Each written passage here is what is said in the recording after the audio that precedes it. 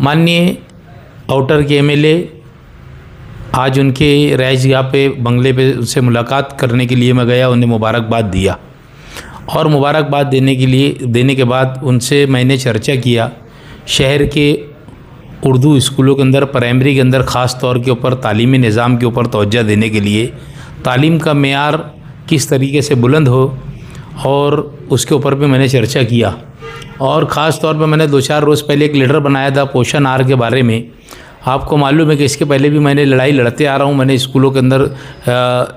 Commissioner को भी letter दिया था, एओ को भी लेटर दिया था। आज मैंने वज़ीर तालीम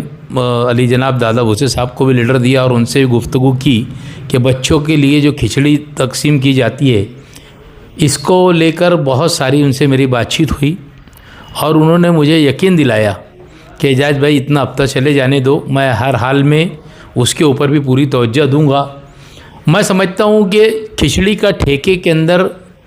ठेकेदार जितना ज़िम्मेदार है उतना ही वहाँ का स्कूल का हेडमास्टर भी ज़िम्मेदार है। जो स्कूलों के ऊपर रेड होंगी उसका हेडमास्टर के ऊपर भी कार्रवाई की जाएंगी। मैंने उनको ये कहा कि उसके ऊपर भी कार्रवाई करना चाहिए, क्योंकि ये जो खिचड़ी लेते हैं ये हेडमास्टर की ज़िम्मेदारी है कि शेड्यूल के हिसाब से जो पक के आना चाहिए वो पक कर नहीं आता। ये लेते क्यों? क्योंकि इसके पीछे कहीं पर न कहीं रिश्वत का बड़ा पैसा स्कूलों को दिया जाता है।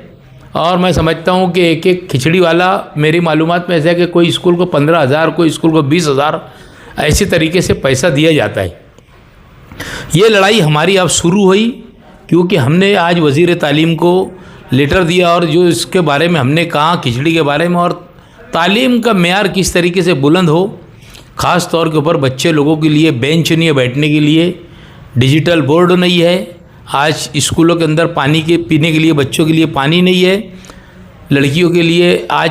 बाथरूम और टॉयलेट नहीं है। ये सारी चीज़ का निज़ाम सुधारने के लिए मैंने उनसे बहुत सारी टाइम तक की गुफ्तगू किया।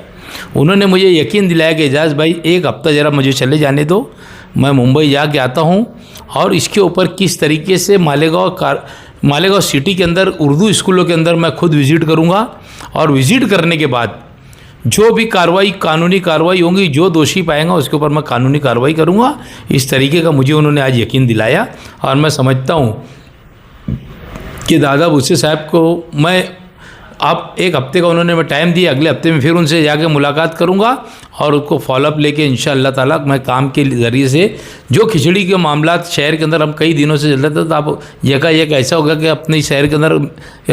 मिनिस्ट्री वज़ीर तालीम की को मिल गई। इस तरीके से हम समझते हो कि कुछ ना कुछ तो मेयार मुसलमानों के लिए सुधारने का एक मौका रहेगा कि भाई उर्दू स्कूलों का भी मेयार सुधरे और यहाँ पर जो मामलात होते हैं ये मामलात ख़त्म करने के लिए मैं अच्छी तरीके से उनके पीछे लग के काम करवाऊँगा।